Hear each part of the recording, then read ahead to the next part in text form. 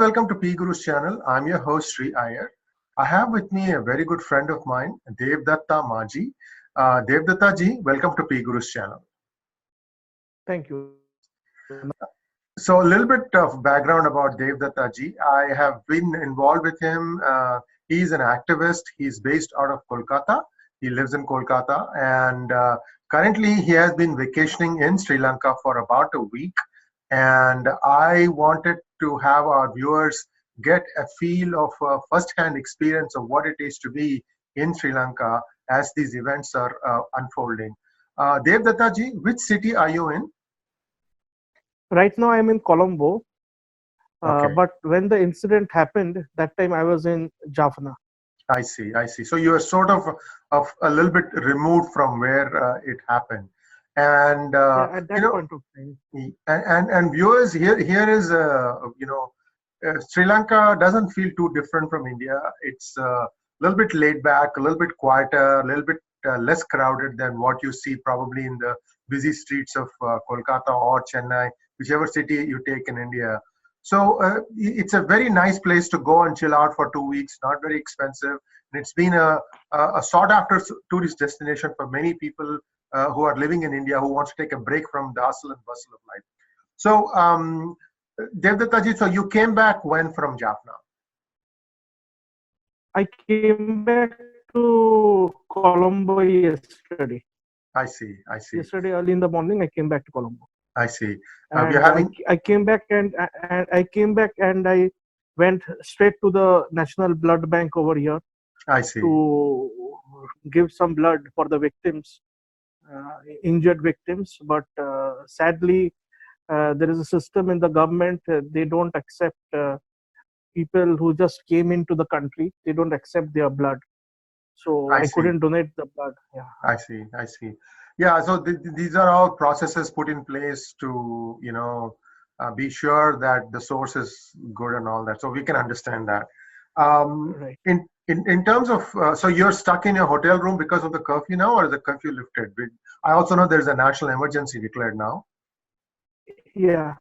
No, during the daytime, things are quite normal, like the quite normal. And car is quite less in the last few days. But like the curfew will start from 8 p.m. local time till 4 a.m. In the early in the morning.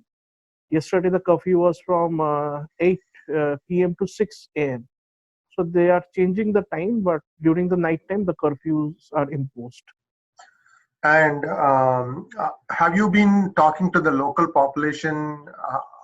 What exactly are their thoughts? I mean, it's been a quiet island for about 10 years, and again, bang, there is turbulence again. Yes, exactly. Like yesterday and today, I spoke to quite a few locals, like in the hotel and even the taxi drivers and all. I was talking to them. They were very happy for the last 10 or 11 years after the war ended.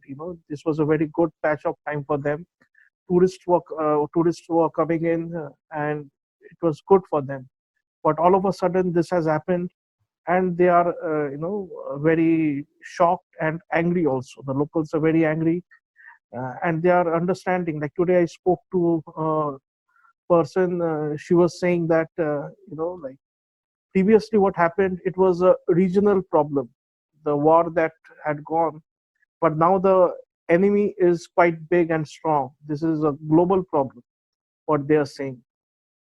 So they are, but they're quite hopeful that the government will do something serious about this.